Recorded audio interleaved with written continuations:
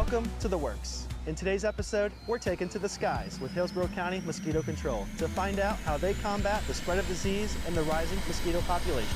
So when it comes to mosquitoes, how exactly are we combating them in the sky? Nobody complains about larvae, they complain about mosquitoes, and specifically adult mosquitoes, female mosquitoes, the ones that bite you, right? But it's a lot easier to control adult mosquitoes by controlling the larvae. What we do is we use a larvicide product that attacks the larvae in the swamps and the mangrove areas along the coast here. We stunt their growth so they never grow up and become adult mosquitoes.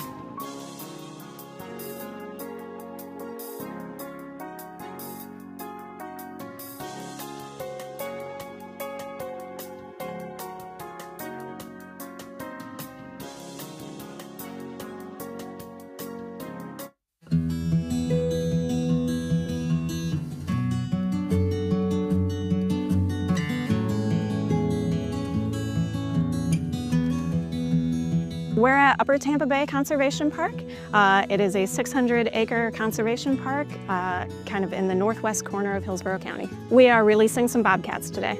Owl's Nest Rescue has worked with us several times, releasing animals, not just at Upper Tampa Bay Conservation Park, but at many of our parks and nature preserves.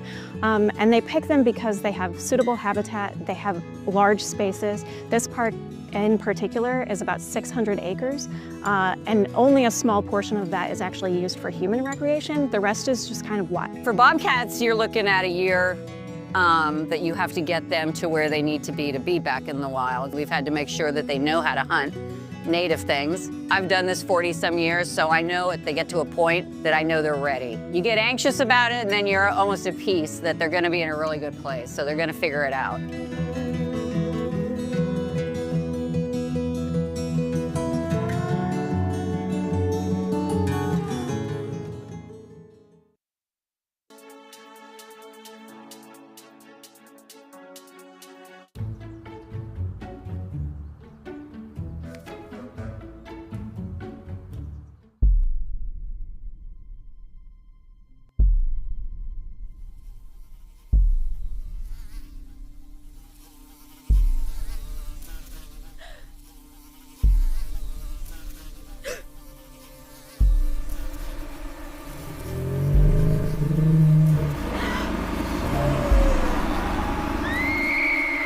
Don't let mosquitoes ruin your day. Fight the bite by removing standing water on your property. Standing water of any kind is a breeding ground for mosquitoes.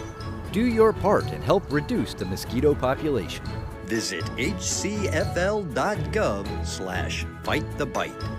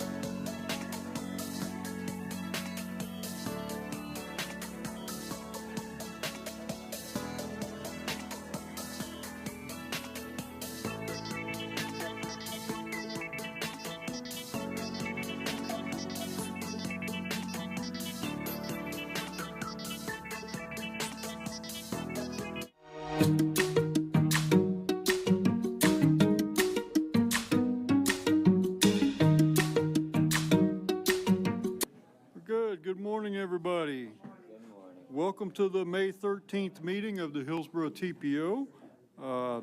I'd like to thank everybody for being here, and remember to silence your electronic devices. And if you would, please stand and join me in the pledge. I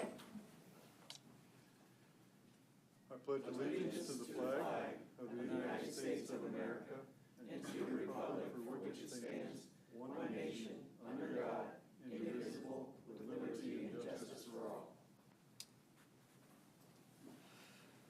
Thank you. Ms. Desiano, would you please call the roll?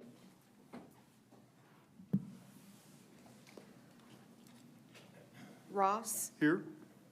Wostel. Here. Miller. Here. Myers. Here. Cohen. Here. Bowles. Here. Councilmember Clendenin is excused. Hurtak. Carlson. Kilton. Here. Member Gray is excused. Klug. Stevens.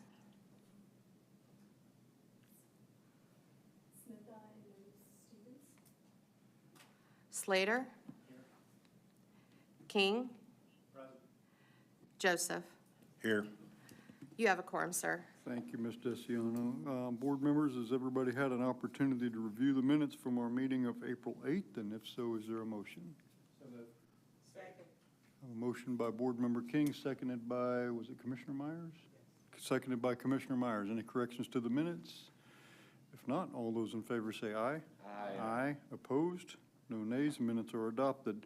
Before we move into public, well, actually, this will be brief. Nobody has signed up for the public comment portion in this section of the meeting. There is a public comment portion later concerning the TPO priority list. We do have people signed up for that. And we've had a few people join us. Councilmember Hurtak and Board Member Klug have joined us. So I do want to, before we get into committee reports, do want to note that we have several board members that have to leave at varying times beginning at 11. So we'll try to work through this as thoroughly but as concise as we can. If I'm sure it would be appreciated. So committee reports. We have Rick Fernandez, our CAC chair, who is here in person today. Good morning, Mr. Fernandez. Chair, how are you? Good. Thanks. We actually have a timer up here. That's nice. For the record, Rick Fernandez, your CAC chair. Nice to see you all in person, since I'm usually, I think, up there on the screen. The Citizens Advisory Committee, your CAC, met on May 6 of 2026. The CAC held a workshop on April 15 prior to this meeting, focused on the FY 28 through 32 priority list. We held the regular meeting on May 6. For the May 6 gathering, we met quorum with 14 in the room and litigated 2 action items. Action item 1 was the FY 28 through 32 TPO priority list, which mirrors your action item today, 7 Charlie. Staff has prepared a summary of our discussion, which has been included in your package. I'll incorporate that by reference. What follows from this point is my personal reporting of the meeting. One item on the priority list generated extensive discussion, that being project number 36 of 40, our old friend, I-275, the capacity project, widening 275 along the corridor from Hillsborough Avenue to Beers, also known as TB Next Section 7 for those of you who have been around for a decade or so. It was noted that this is one of 31 projects on the 40 project list seeking, quote, community support only, and is an example of projects, quote, without funding applications, close quote. In other words, it's currently unfunded. We discussed topics familiar to this chamber, but new to some of our members. We have had some new folks join us over the last year. Projected costs at the year of construction, which is projected as 2035, $400 million. FDOT's position that the project has already passed beyond the point of no return, although when that line was allegedly crossed is unclear. A review of the project description on the priority list did not clarify the matter, as right-of-way and construction phases are still noted as TBD. Planning is noted to be complete with no attached date. The PD&E is dated to 2020. Design is dated to 2025, although the dollar amount attached to that design function is murky at best. The list in your package notes $20 million on the document, but that was not confirmed during the presentation. In fact, expenditure of that amount was specifically disavowed. The more recent projection, I suppose, or estimate is something on the order of $10,000, perhaps $20,000. We don't know, at least the CAC doesn't know. We spent some time discussing the history behind the project, most notably this TPO board's action striking the project from the tip in 2021, there being no discussion of point of no return at that time, and the reversal of that action secondary to a motion made by Commissioner Wastel during the TIP public hearing in June of 2024.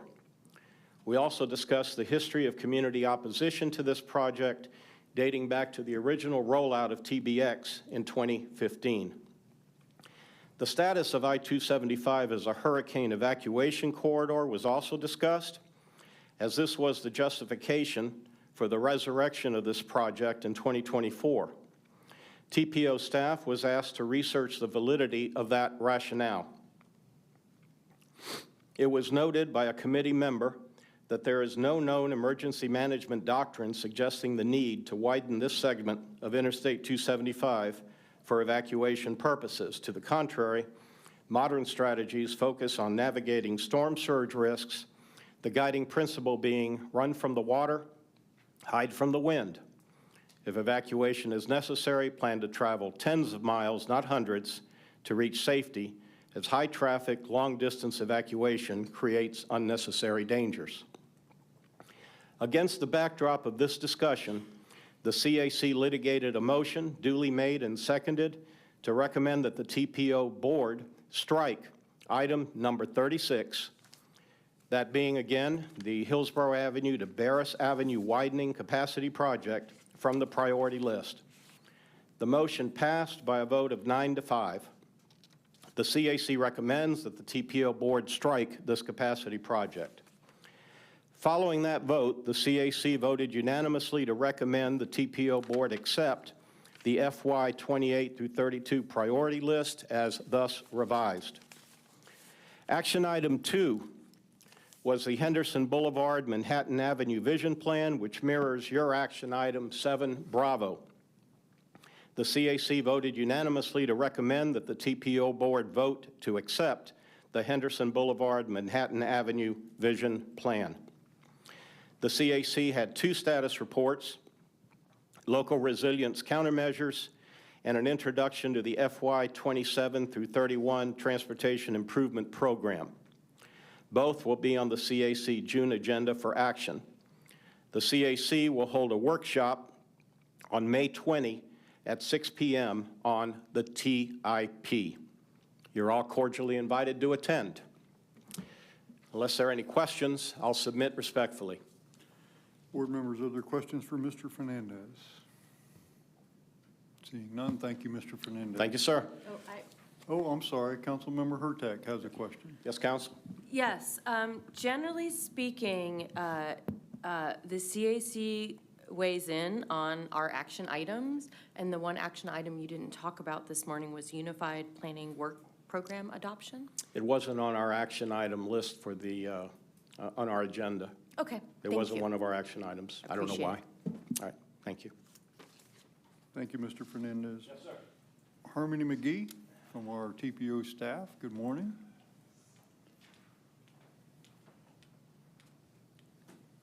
Good morning, Harmony McGee, TPO staff.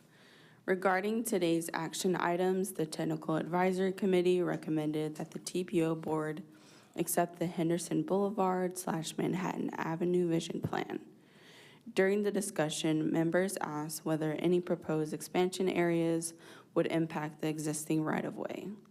It was clarified that some areas may require additional right-of-way acquisition to fulfill the full vision and depend on the design standards at the time, though the design generally remained within the existing corridor footprint. Questions were also raised about how the vision plan addresses local flooding and coastal high hazard concerns.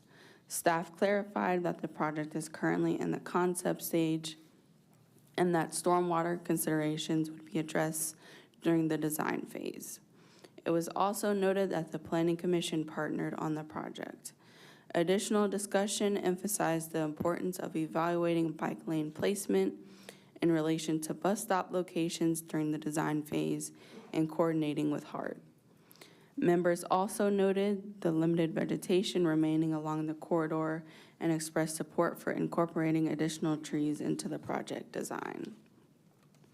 The Technical Advisor Committee also recommended that the TPO Board approve the fiscal year 2028 to 2032 priority list. Discussion topics included the HART Heavy Maintenance Facility and several major projects seeking funding. It was also noted that the inclusion on the priority list is important in demonstrating community support and project significance when pursuing discretionary grant opportunities. Comments were also received via email and social media.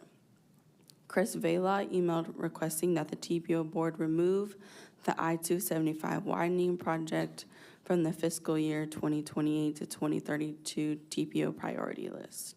He also expressed support for transportation investments focused on safety, transit, access, and neighborhood connectivity.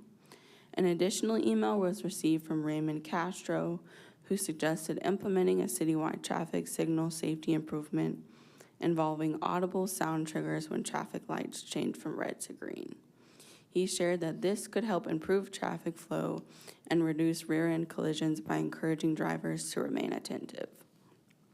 On social media, Andrew Dorsey commented on our repost of the Florida Department of Transportation's Blocking the Box video.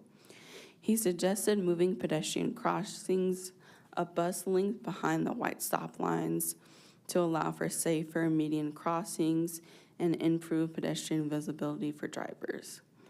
Elaine Cowles also shared concerns about drivers navigating roundabouts and four-way stops in Hillsborough County. Sam Bowden Akbari commented regarding the proposed MPO merger, stating that they believe it is inaccurate to say that there are not enough case studies of merged MPOs, and provided a link to a National Association of Regional Councils article explaining what a metropolitan organization is. Rick Fernandez, who you heard from, also submitted a comment related to interstate expansion. This concludes my report. Thank you. Are there questions from Ms. McGee? Thank you, Ms. McGee. Next, board members, has everybody had an opportunity to review the consent agenda? And if so, is there a motion? Move to approve. Second. Motion by Commissioner Myers, seconded by Commissioner Cohen. All those in favor say aye. Aye. Aye. Opposed? No nays. The consent agenda is adopted. First of our three action items is FY 27 and 28 Unified Planning Work Program adoption, and Jonathan Nixon Elder from our TPO staff will explain. Good morning. Good morning. I'm Jonathan Nixon Elder, TPO staff. The purpose of today's presentation is to give you an overview of the final Unified Planning Work Program, or UPWP, for the upcoming fiscal years 27 and 28. The draft presentation was brought before this board in April, and the final version up for adoption is provided in your agenda item. The UPWP is a requirement of all TPOs and serves as a 2-year budget. It also sets the transportation planning activities and products to be developed by agencies receiving federal and state transportation planning funding for a 2-year period. The Unified Planning Work Program differs from the Transportation Improvement Program, or TIP, and Priority List, or LOP, which Elizabeth Watkins will present on later this morning.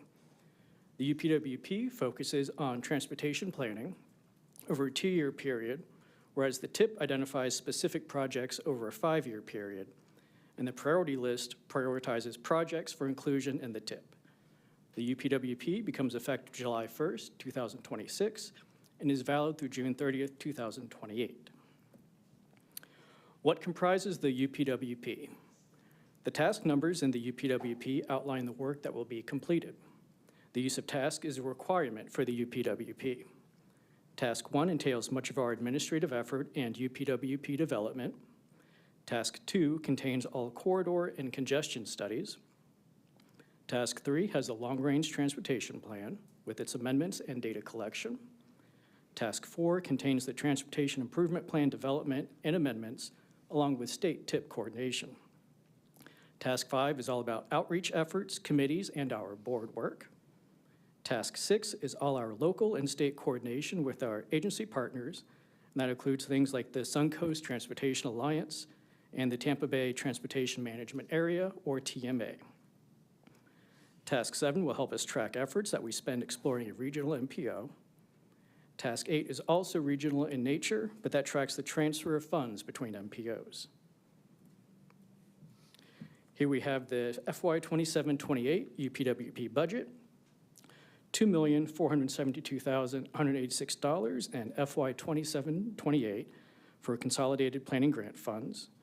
For surface transportation, we have $600,000 for each fiscal year, as well as an additional $330,000 of deobligated funds from FY 26 that will be available later in FY 27. An estimated $58,454 will be available in FY 27-28 from the Commission for the Transportation Disadvantaged. This slide is a summary of completed projects from the previous UPWP. Kindly note, this list is not exhaustive and only provides a snapshot of some of our accomplishments. Here we have some upcoming projects in the new FY 27-28 FY UPWP. Critical path projects are essential transportation planning activities that can be federally or state mandated. It is important to note that we will also start developing the 2055 Long-Range Transportation Plan in the next UPWP cycle. This is not a comprehensive list, but some projects we are exploring based on funding and partner interests.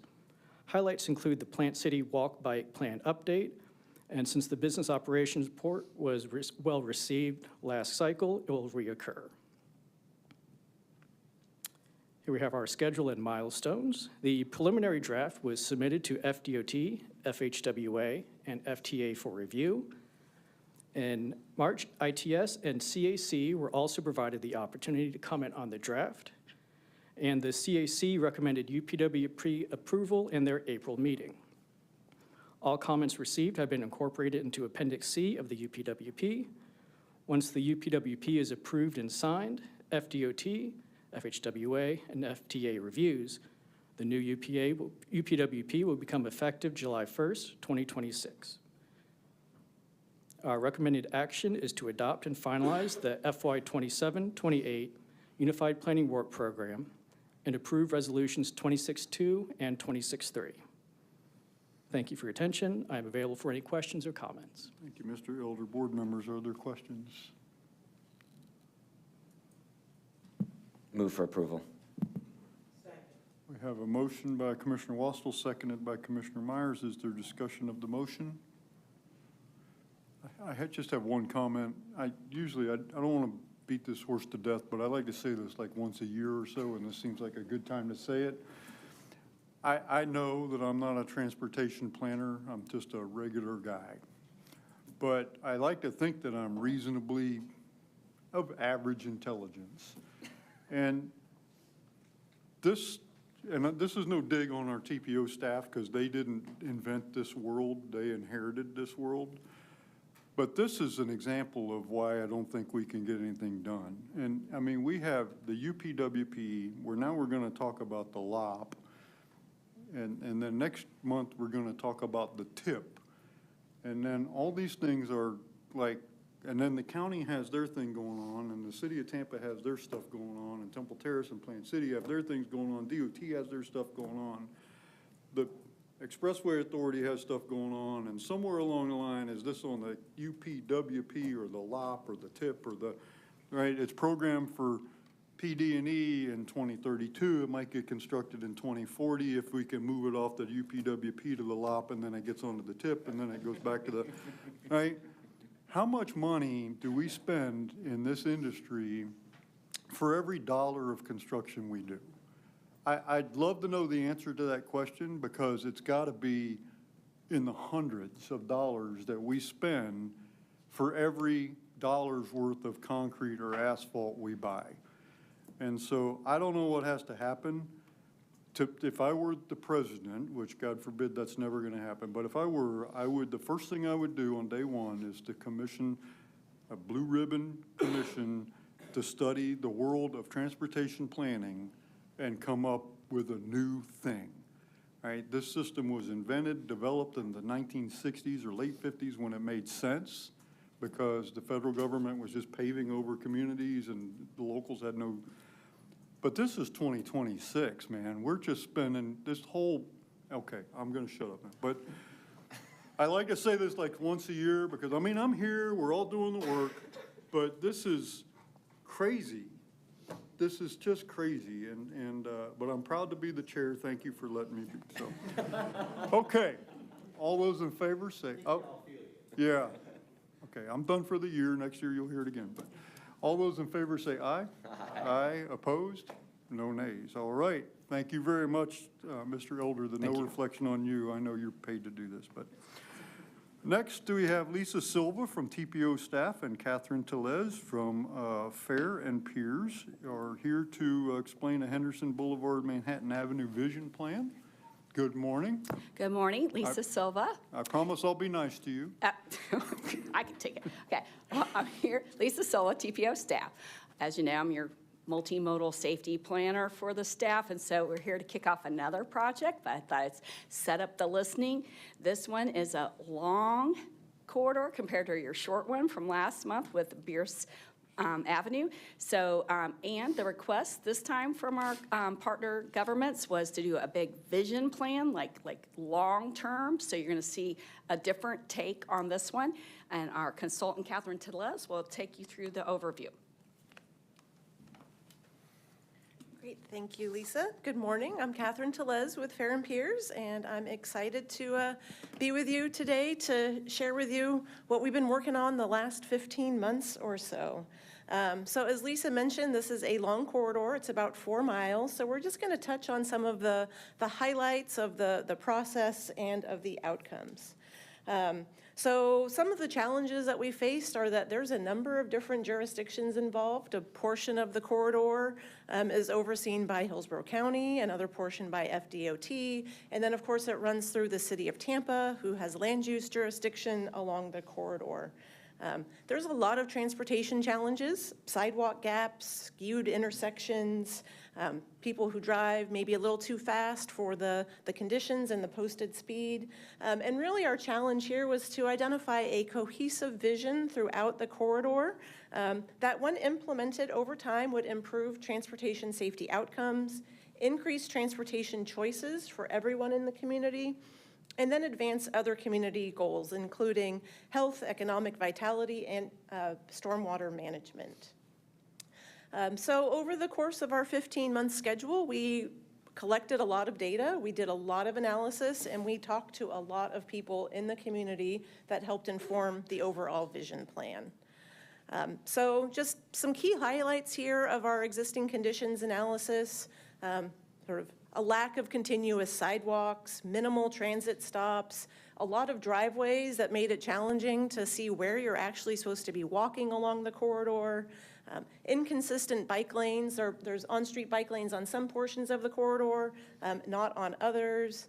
It's really long distances between crossings.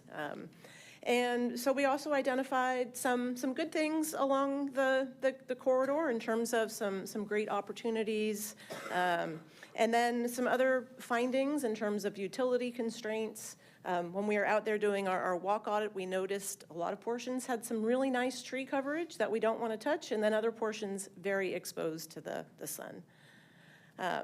So we met with our stakeholder team a number of times throughout the process. So we had 4 formal meetings, including City of Tampa, Hillsborough County, FDOT, sidewalk stumpers, and we did a 2-day walk audit along the corridor. So we walked the entire length of the corridor, and it was very eye-opening to kind of see all of the different things that you wouldn't necessarily see if you were just driving in a car.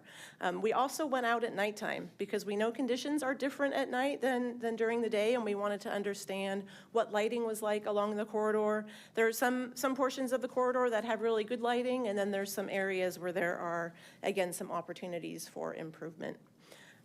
Based on the stakeholder feedback, we identified 3 different alternatives for the corridor. So one would really focus on bike lanes, adding some bike lanes along the corridor. Another alternative was sort of a pedestrian focus. What could we do to maximize the pedestrian facilities along the corridor? And then the third alternative was sort of a hybrid. Can we find a balance between adding different facilities for people walking and people biking? We had a number of different ways that we engaged with the public. So we had online feedback where over 100 people provided really great comments about what they're seeing and experiencing along the corridor and their ideas as well. And then we also had an in-person charrette as well, where we invited people in the public to come on out. We had big roll plots of the corridor. Again, it's a 4-mile-long corridor, so these roll plots took up about 3 tables apiece. We brought out Sharpies, and people had a really good time providing their feedback and their lived experience on the corridor, and some really great ideas as well. There were a few in the public that suggested that maybe we should even think about eliminating travel lanes along the corridor, and that was something we did take a closer look at with our stakeholder group, and based on what could happen along the corridor, that was considered to not be a feasible idea to move forward with in the alternatives analysis. So we then compiled all of our existing conditions analysis, the public feedback, into a vision plan. And so we'll just kind of provide some brief highlights of what went into that vision plan, but it's organized in 6 chapters. So you have an executive summary, a project background, a summary of the existing conditions analysis. Then we sort of went through the process that we used to develop the plan, and then walk through the vision plan elements that can then be used to move this forward into the next steps, and then some design considerations. We know there's a lot of conflicts along the corridor, and we want the future teams that might be looking at this to kind of understand what we already know to be some of the constraints, so they're not reinventing the wheel when this moves to the next stages. So again, here's sort of the length of the corridor, and we broke it down into 9 different segments that had similar characteristics that are then presented in the vision plan. So just a few of those key highlights. So starting from the north end of the corridor at Kennedy, we identified that there was an opportunity to widen the roadway a little bit to add a median. This allows us to do some more enhanced crossing treatments so that it's easier for people to get across the street. Can also then do some landscaping in that median area, have a more consistent sidewalk. South of there, we identified some opportunities to put in a roundabout at a few locations. And again, some of these would require additional analysis and community feedback. With putting a median along the corridor for access management and to eliminate some of those very skewed angles that people are turning out at, the roundabout does help with people making a U-turn, so you're not having to have a lot of excess circuitous movements through the different neighborhoods. At De Leon Street, that would be restricted to right in, right out for vehicles, but people biking and walking would still be able to cross the street there. At some of the other skewed intersections where a roundabout might not be feasible, this is a concept that could work, again, to kind of make it a little bit more clear where people driving should be turning, and then emphasizing where people can cross the street. Then at Morrison Avenue is a bicycle boulevard, but there's really no great way to cross Henderson Boulevard, so this would add a bike signal. So this way, if you're bicycling on Morrison, you have an easy way to get across the street. And then once we get sort of to the moving south where it becomes more residential, we're showing adding in additional crossing locations. Here we're keeping the curb line exactly where it is. There's some really great trees in this section. There's also a lot of houses that front the roadway here. And so this is why we did not suggest putting in a landscape median, because it would just make it that much harder for people to get in and out of their driveways. The concept or the vision plan would also connect to what's already being planned for on El Prado Boulevard. And then as we move south along the corridor where there's existing bike lanes, there's an opportunity to narrow the travel lane, add a painted buffer in the bike lane to make that a little bit more comfortable. And again, in this segment, we're leaving the curb line exactly where it is.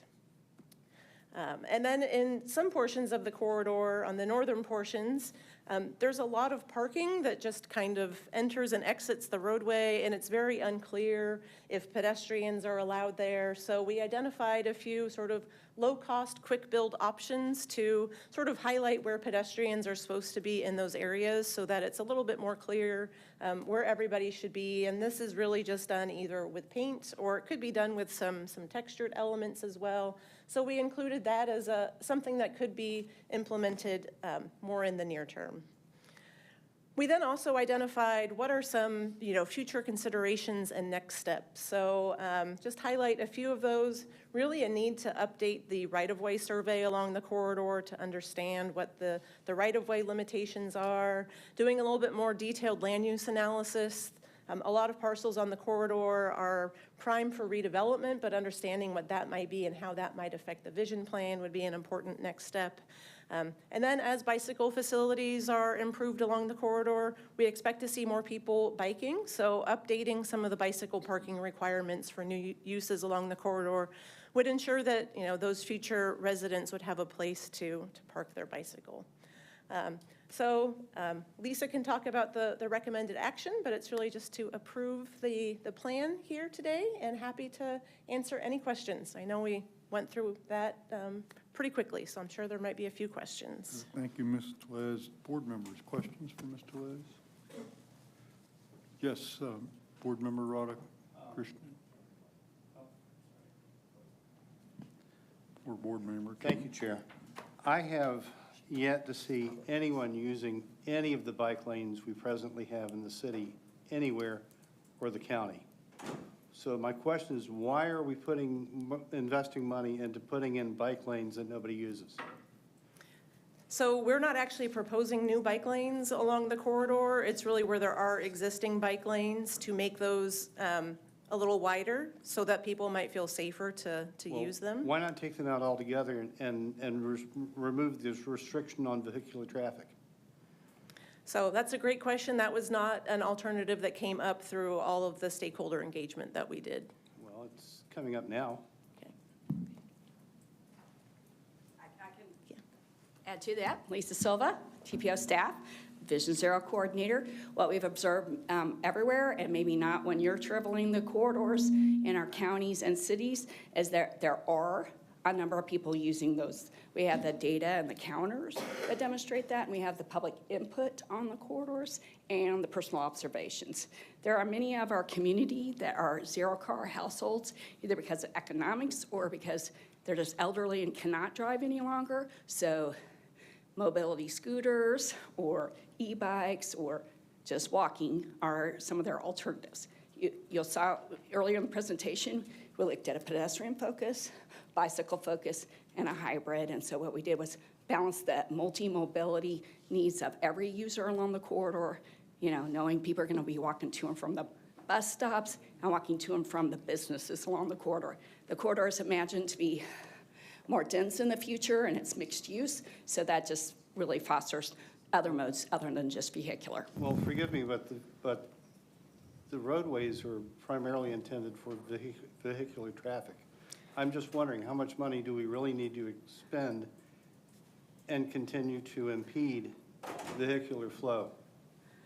Okay, well, is not. It's a The- rhetorical A roadway question. is not just for vehicular traffic. I said primarily, and my question is largely rhetorical. Right, and I so you'll don't- see that our proposal primarily addresses congestion and vehicular mobility, but then balances some of the forgotten modes in the past that weren't designed there appropriately for our fatality rates. So we're really about balancing needs and saving lives. And what are our fatality rates?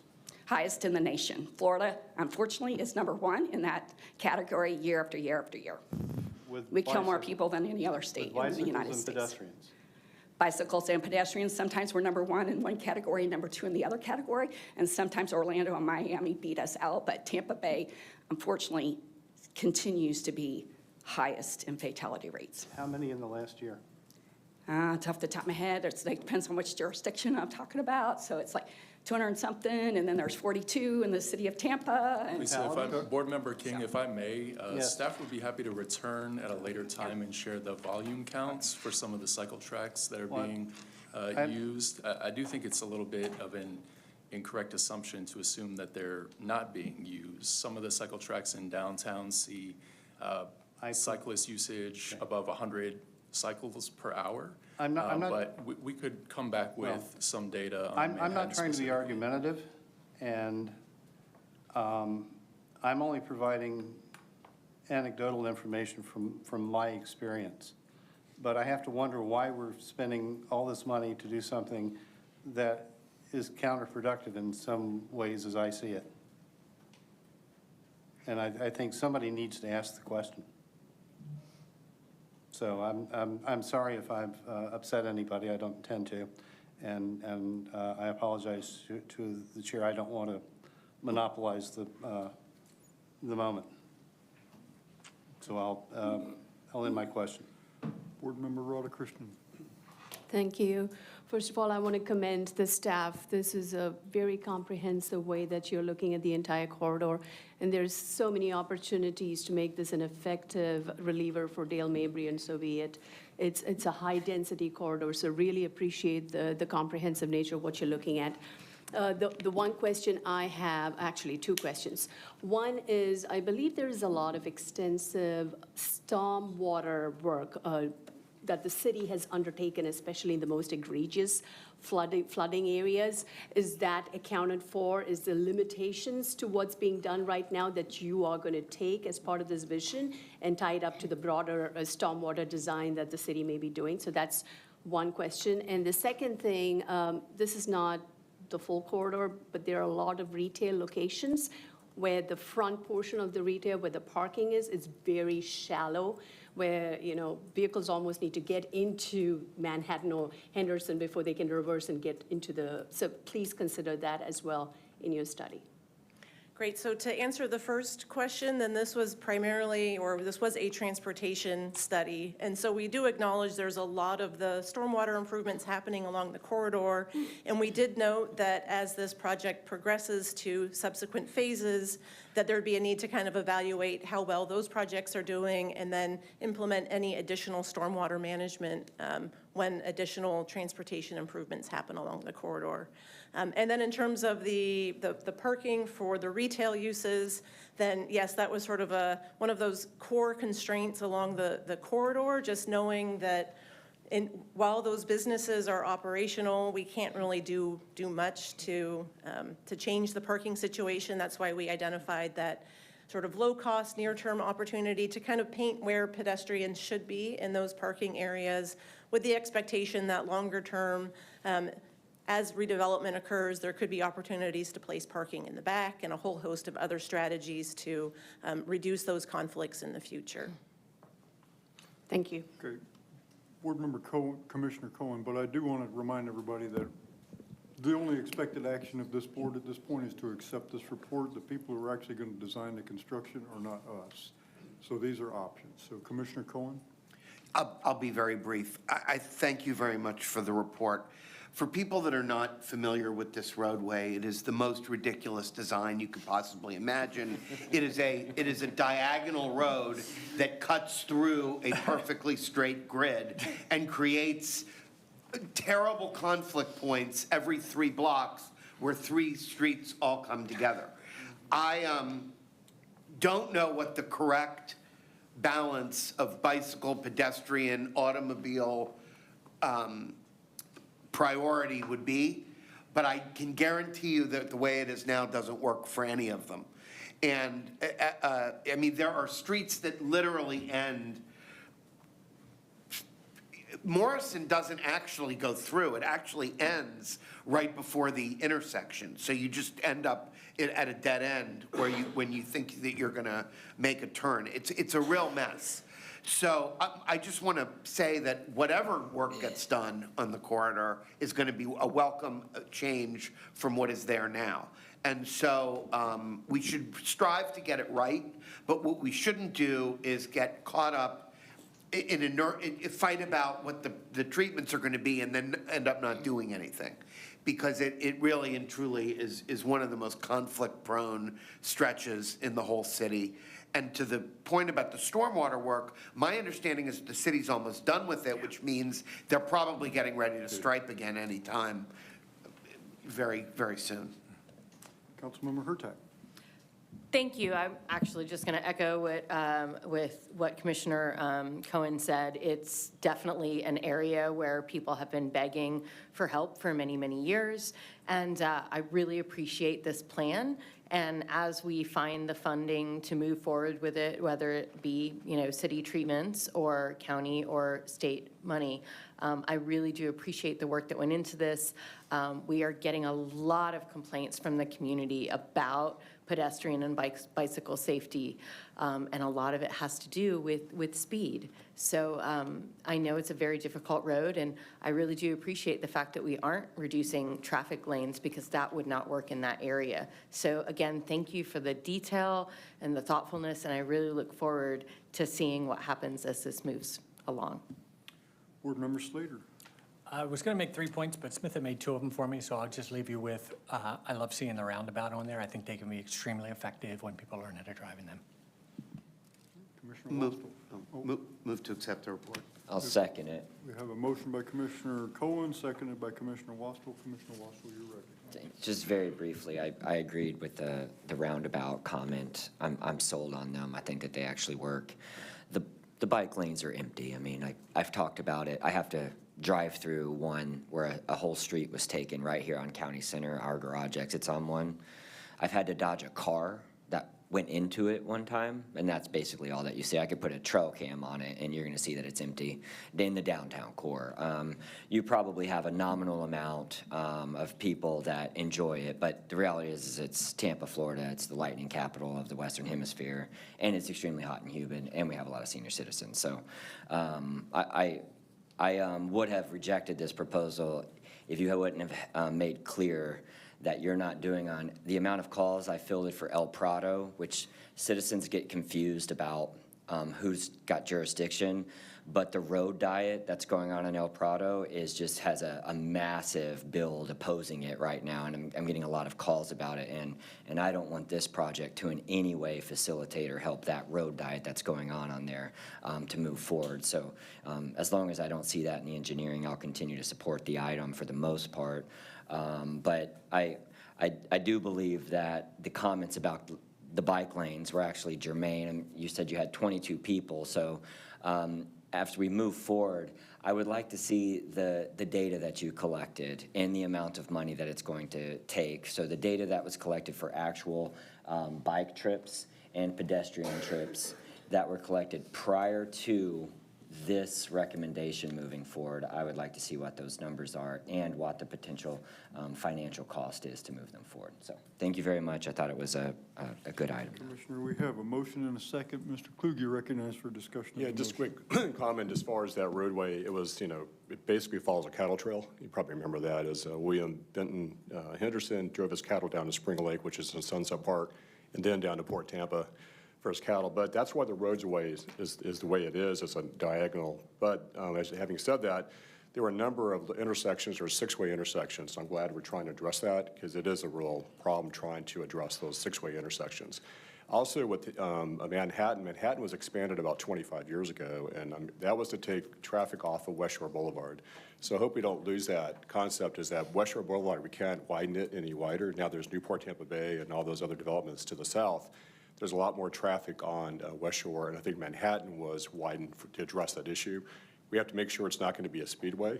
You know, the speed limits are, you know, enforced, et cetera, on that area, but there is a need to have that 4-lane, you know, portion of Manhattan Boulevard. Thanks. Thank you, Mr. Klug. Okay, board members, all those in favor of the motion of approval, say aye. Aye. Aye. Opposed? No nays. Thank you very much. Our last item, action item, I should say, is fiscal year 28 through 32 TPO priority list, and our very own Elizabeth Watkins is here to explain. Good morning. Good morning, TPO Board. Elizabeth Watkins, TPO staff. So what is this priority list and how is it used? It's one list, but it does a lot of work. The first thing that it does is help prioritize the TPO Board's sub-allocated portion of federal funds. That's about $20 to $25 million per year. And these funds are being requested not for tomorrow, but for 5 years out. And that's just due to the Federal Transportation Work Program process, which I can understand there might be some concern about that. But the other thing it can do is communicate a need to DOT on their facilities. District 7 is great partners, but this list is timed well because it is synced up with how they are programming funds or budgeting them. And then finally, the last thing it can do is help bolster discretionary grant applications. So this list is an all-hands-on-deck effort. Our local agencies are instrumental, so cities, county, HART. They're the ones that actually submit the applications because they're the ones that are gonna develop, design, implement, and operate and maintain it. The TPO plays an important role in setting that long-term vision, developing priorities, and using data to evaluate and then monitor the investment performance. Our partners at District 7, they're the ones actually programming the funding. So they are tracking the balances, understanding how much is available, and actually programming the dollars. And they also have a big responsibility of oversight of these projects that are federally funded. I know you all know this, but for the general public, I wanted to make sure it was very clear that not all transportation needs or projects are going to be in this 40 project list. Your staffs do an amazing job through their capital improvement programs or work programs in illustrating to the public what's in the works and what's coming soon.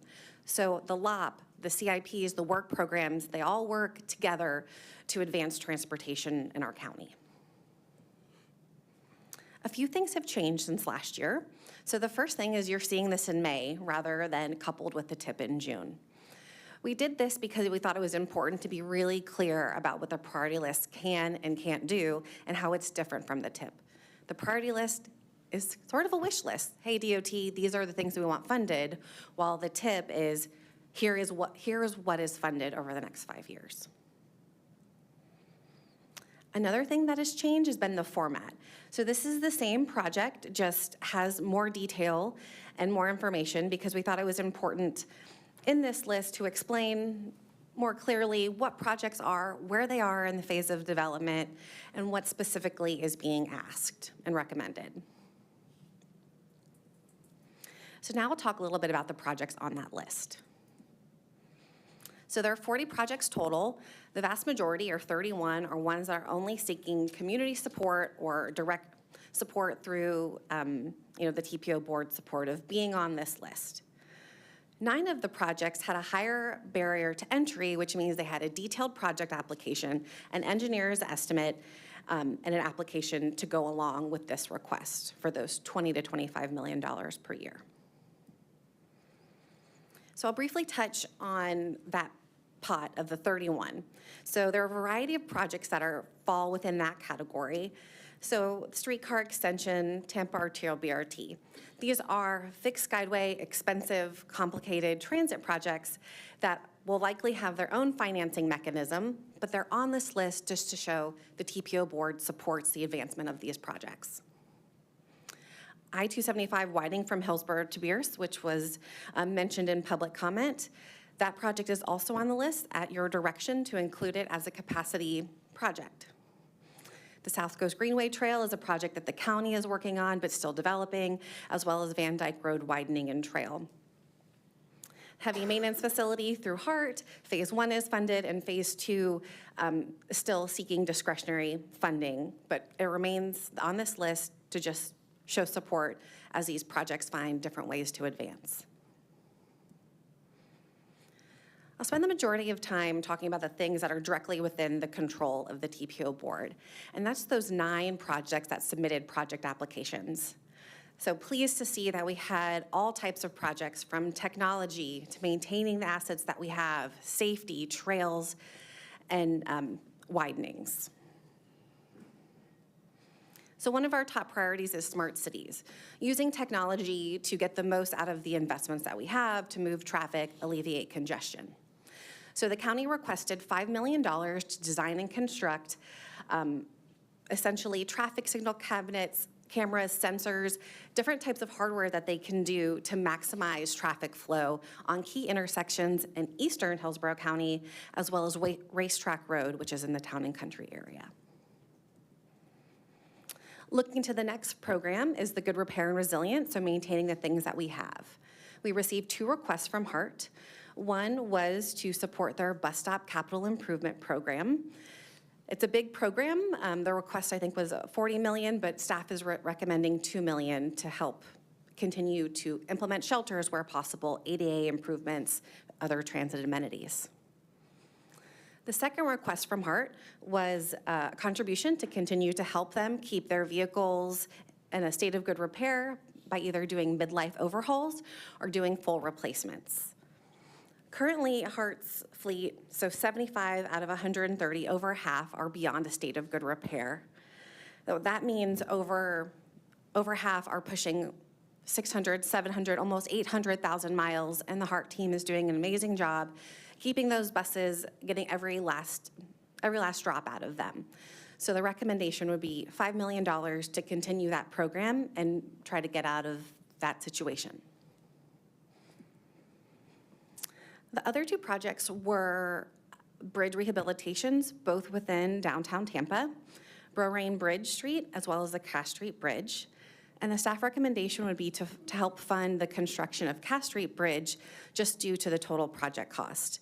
So the ask from the City of Tampa was $8 million, which we think we can help get funded, while Broraine was much higher at $20 million. Then in our Vision Zero category, we had a request from Plant City to continue the work that's happening on Collins Street, which is an important corridor in downtown Plant City. So this will be the 3rd and final phase of Collins Street from Alsobrook to Alexandra, and the city was requesting about $2 million to do preliminary engineering or design on that project. Segueing to our trails category, the county submitted an application for the Bypass Canal Trail Segment 6. So that is from Bruceby Downs to Morris Bridge Road. It traverses Flatwoods, Trout Creek Park, and the request was $2.5 million to get that constructed and built up to standard. And then the final 2 projects with applications was a request from Hillsborough County to widen Gibsonton Drive from Fernhill Drive to US 301. The request was for design to get the design started at $750,000. We think that will be able to be funded. And finally, the last request was from the City of Tampa to help with additional phases of the Ashley Drive realignment project.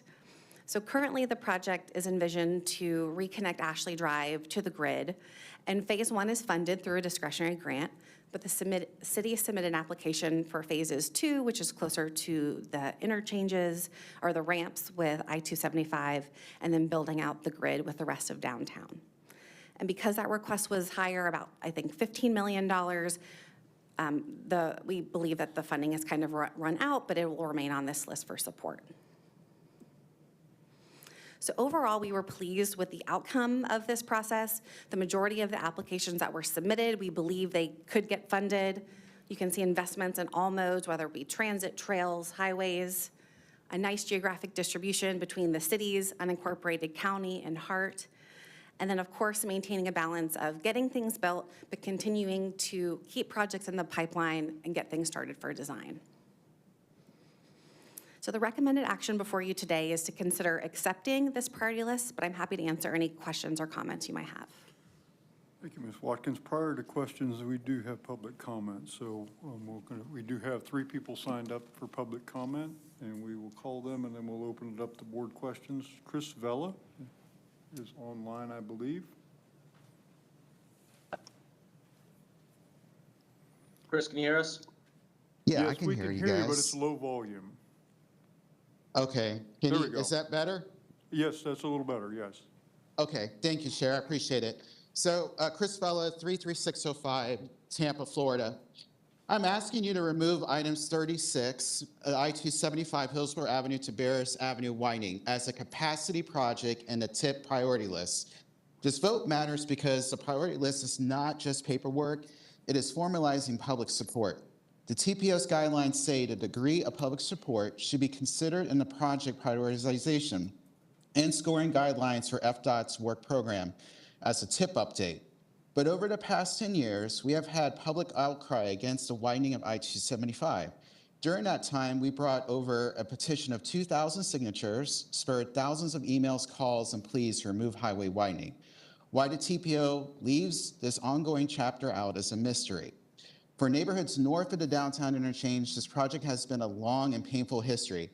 Its science is anchored into a 1987 Tampa interstate study, which was supposed to offer a final fix with high-speed rail once the highway work was completed. That fix was a manufactured lie.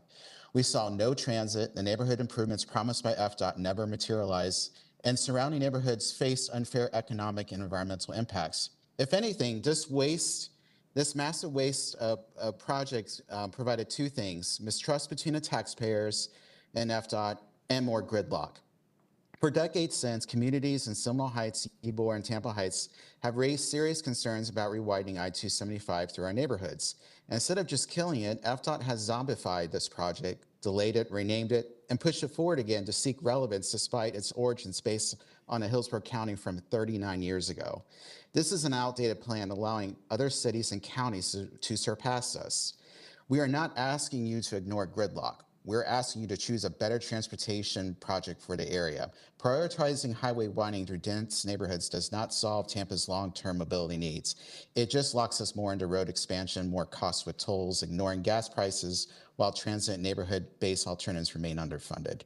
The TPO board history matters. Past efforts by Commissioner Pat Kemp removed the widening language from I-275. Unfortunately, in 2024, Commissioner Wastel restored that widening language without fair notice to the public over fears of evacuation despite major hurricanes we've had in the past literally cover the entire state of Florida. As you're aware, the TPO already adopts resiliency studies, and none have formalized any highway widening as a strategy. As you're actually set to adopt another such study in June. Again, that doesn't include any highway widening. Please vote no on any motion that accepts I-275 as a capacity project and a TIP. Remove it. It isn't the 80s anymore, and out of the entire population, only 9.5% of it uses I-275. I know it's crazy, but we're ignoring the other bulk, which are the local roadways in our community. So why don't we just use the money there? Thank you. Thank you, Mr. Vella. Jason Marlowe.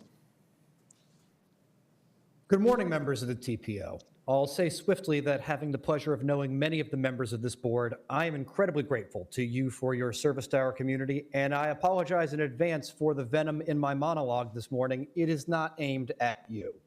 I'm proud to take time out of my day to once again voice my vociferous objection to the proposed expansion of 275 from Bears to Hillsborough.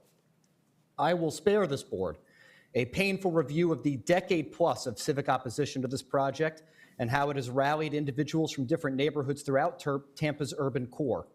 However, let it be known that from Forest Hills to Tampa Heights and everywhere in between, we as civic associations are united in our opposition to this boondoggle. Instead, I will focus on the scope of the costs. Recently, our county commission has been discussing what we can and cannot afford.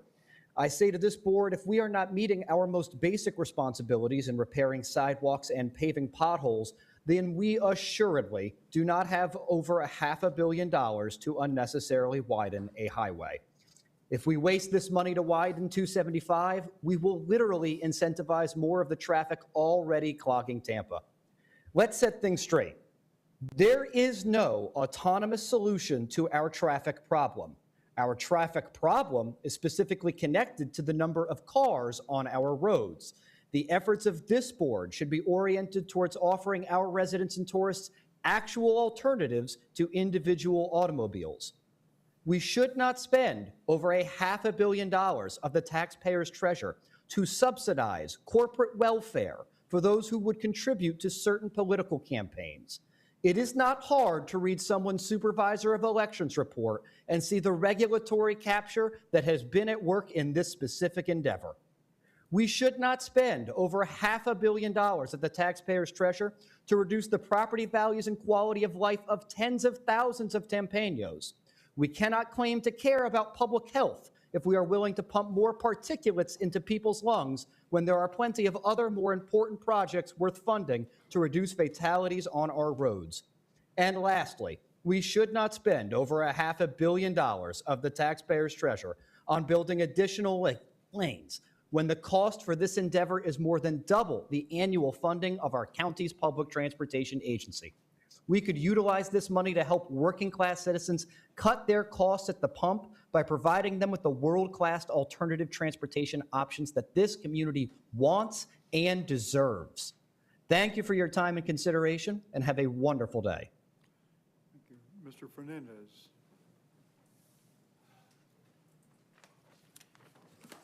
Thank you, Chair.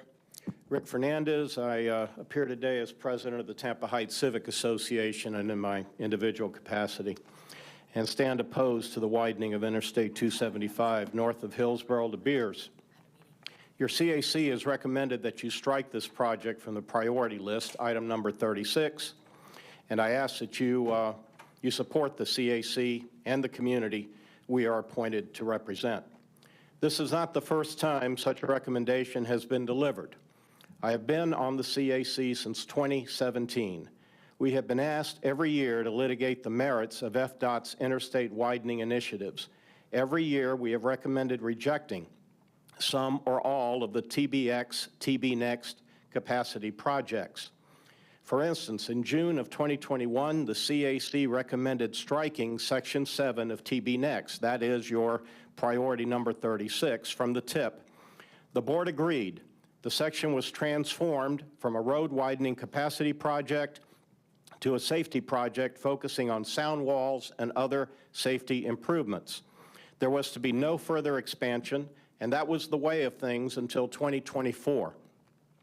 In June of 24, during the TIP public hearing, one of you advanced a motion without notice to the public seeking to reinsert capacity language in Section 7. That motion passed and the clock was set back 3 years.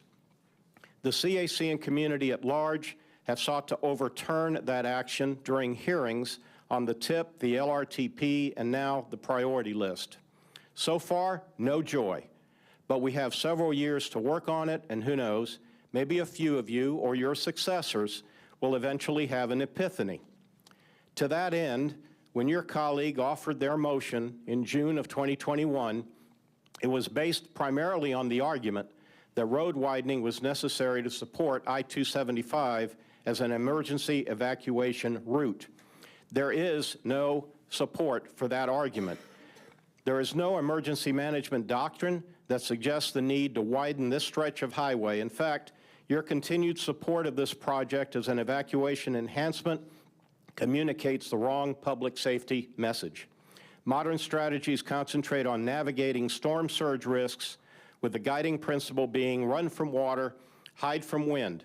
If evacuation is necessary, we should plan to travel tens of miles, not hundreds, to higher ground and a sturdier structure. High traffic, long distance evacuation creates unnecessary danger. High traffic, long distance evacuation is exactly where you are promoting with this project.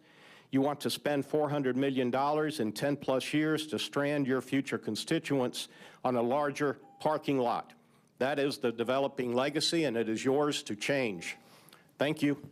Thank you, Mr. Fernandez. I'm going to call Ms. Watkins back up if there are questions. Board members, if there are questions at this time, and then we'll have discussion and or a motion after. But are there any questions for Ms. Watkins?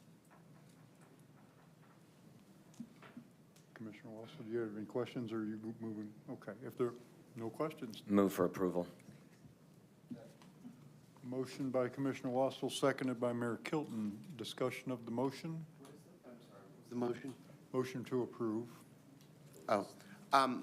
Commissioner Cohen. I would like to say that I'm going to make a substitute motion to remove item number 36 from the tip. There's a substitute motion. Is there a second to that substitute motion? I'll second. Seconded by Commissioner Myers. Discussion of the substitute motion. Commissioner Wassel? We do this every year, but I will just say that as former Secretary Gwynn highlighted at the previous meeting, the precedents in which the 275 expansion was added back onto this list was the precedent set by the motion that removed it in the first place, and that's how that order of operations proceeded. It has been stated and supported numerous times by the Secretary of FDOT, whom is not here today, that this expansion is needed. It was on the list long before it was removed abruptly by the former commissioner without notice to the community, which is why it was placed back on abruptly in the exact same manner. We all know that we have congestion needs. We all know that by this time, Brightline is going defunct and bankrupt and seeking multi-billion dollars of bailout, and that the realities of that transit making it to Tampa are very slim at this point. When former City of Tampa Chair Guido Maniscalco moved to heighten the level of various transit that was needed by the City of Tampa, the streetcar expansion, et cetera, I believe I was the one that seconded that motion, and it passed unanimously, which is more to the point that we all know that we have different competing needs and priorities in Hillsborough County. The City of Tampa barely represents a quarter of the entire population of Hillsborough County and the 1,100 square miles that we have many different competing needs, most of which the highest by far percentage is used by cars and not other forms of transit. We're doing our best to create a balance, but I believe that removal of this item would be inappropriate, and I will not be supporting it. Thank you. Commissioner Cohen, there's a point of order before your response, and that is, I believe your motion was to remove that item from the tip, and really we're talking about the list of priority projects, not the tip. I mean the priority projects, Okay, excuse so me. it's just a clarification. Yes, I apologize. Just Commissioner Myers, that was your intent when you seconded? Okay, Commissioner Clark, we're good? Having gone through this discussion year after year, I would just briefly say this. If you drive down 275, there are enough shoulders there to be restriped to create an extra lane without ever having to do any additional construction, number one. And number two, the people that live along that corridor have lived with construction for 5 or 6 years.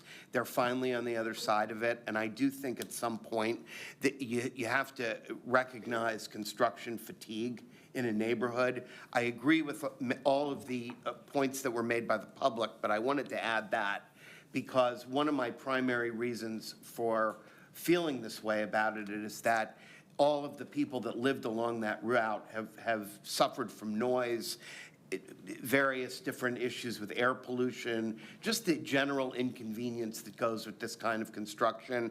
And I think to impose it on essentially the same areas again is just a road too far. But with all that, that's my motion. Commissioner Myers. Thank you. I do agree with everything Commissioner Cohen has said. One of the things I want to commend the residents for keeping this in front of us. This is a part of my district. I'm going to support my residents, and I will be opposing this project because they continue, since I've been on this board, have expressed the same thing year after year of asking us not to support the project. And plus, with no rail coming, transportation is just an eyesore here in Hillsborough County, no matter which way we look at it. But I do have to support my residents that's in my district. Thank you. Commissioner, other discussion of the substitute motion.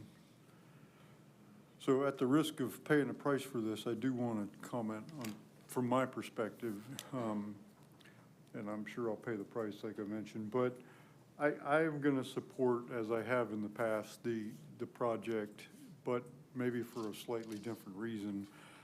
If you go up to Hillsborough Avenue, there are a couple places where there are sound walls north of Hillsborough Avenue, but it's spotty. So there are some places between like Bush and Bougainville, there's some sound walls up there, hit or miss. I think the people that live north of Hillsborough Avenue to Bear deserve sound walls, just like the people south of Hillsborough. And now, I don't go door to door there because that's not in Temple Terrace, but I would imagine if you went and knocked on those doors, the people whose kitchen window looks out at 275 and they're at grade and people are looking into their house, and I said, would you like to replace that fence with a wall? I would imagine that probably a lot of them would say, yeah, I would love to have a wall. They've got a wall south of Hillsborough. How come we don't have a wall? Well, we know from DOT that they can't use federal money to build that wall unless it's tied to a construction project. They can't just go build a wall. They're not gonna build a wall. We've been told that over and over again. I think that those people deserve to have a sound wall. And I gotta think that if you're getting a sound wall behind your house instead of looking at the interstate through a chain link fence, how much do you care if they add another lane on the other side of that sound wall? You got a sound wall now instead of just looking at it through a fence. Now, I won't be on this board when the construction comes around. I'm hoping that our successors will not approve DOT building this project if it doesn't include walls. I've told DOT from day one, the only reason I'd be supportive of this project is if it includes sound walls. If it doesn't, I'll flip over and I'll join with these people in the fight against it. But I know that's not, I'm gonna be like, okay, it's just capacity. I am not anti-transit at all, but they're not gonna spend federal highway dollars on transit. The reason we don't have transit is not because we're doing capacity projects, it's because we don't have a local match to meet the transportation these are different pots of money. We're not spending $500 million to do capacity that we could locally use to build a train. If that were true, I might have a different opinion of this because I'd love to see some transit. But I don't think it's one or the other. These are different pots of money. And if we lose this project for $400 million, that federal money is not going to build a train somewhere. It's going to go build a capacity project in some other city. And so I just think, I'm sorry, I don't think the opposition makes a whole lot of sense, and for me, this is about the sound walls. So, okay, now we have the substitute motion. All those in favor of the substitute motion say aye. Aye. Aye. Opposed? No. All right, let's raise your hands if you're opposed so we can get an accurate count. Opposed, I have Commissioner Bowles, Mayor Chilton, Commissioner Miller, Commissioner Wastel, Mayor Ross, Board Member Klug, Board Member Rada Christian, Board Member Slater, Board Member King, and Board Member Joseph. Those are the opposed. So, I'm sorry? And raise your hand if you were yes. It was Commissioner Cohen and Commissioner Myers. Okay. Now, we have an original motion was for approval of the list of priority projects, and it was seconded. Is there discussion of the original motion? If not, let's do a roll call vote on that, Ms. Desiona, just to make sure the record is clean. Ross? Yes. Wostel? Yes. Miller? Yes. Myers? No. Cohen? Yes. Bowles? Yes. Hertog? She had to excuse herself. Kilton? Yes. Klug? Yes. Stevens? Slater? King? Yes. Joseph? Yes.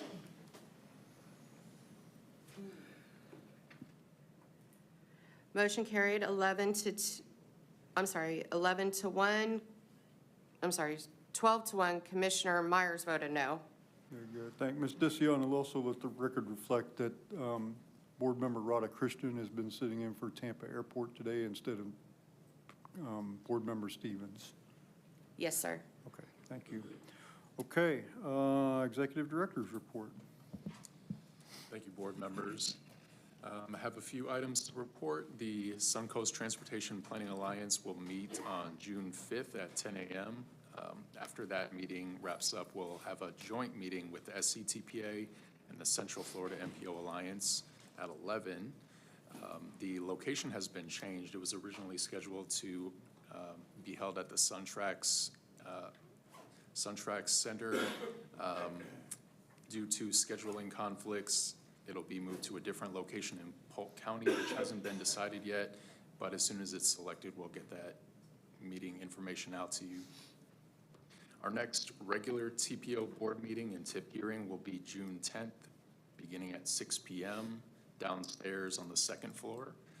That is arguably the most important meeting of the year, where we'll be approving the tip.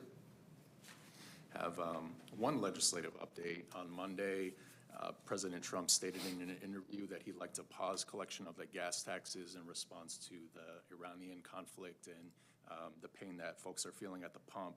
I read this morning that Senator Hawley and Representative Luna from our area are working to introduce legislation to make that happen. That's an important bill for us to track and monitor because the gas tax accounts for about 90% of the Highway Trust Fund, and specifically the funds that the TPO controls, the transportation alternatives and surface transportation block grants are entirely funded out of the gas tax. So that's something that we'll be monitoring with our partners and provide you with updates as they become available. I also want to share that I had the pleasure of attending the Forward Pinellas board meeting yesterday afternoon. Their director presented our response to their proposal from a month ago to have the port and the airport removed from the merged board. And instead, what we decided last week was to have port and the airport remain off the top, but with the 11 seats that we're entitled, we would donate one to Pasco. I'm happy to report that merged apportionment passed 10-2, I believe, in Pinellas, or I'm sorry, 10-3. The 3 dissenters, 2 from Pinellas County Commission and 1 from the city of Clearwater. I do want to note that I was a little surprised that the county commissioner who originally offered the proposal to us, which we entertained and ultimately accepted, did not vote in support of that apportionment yesterday. One comment that I heard was he thinks that they could still do better. And I'm sure that there will be more conversation about that in the future. I'll return with updates as I have them.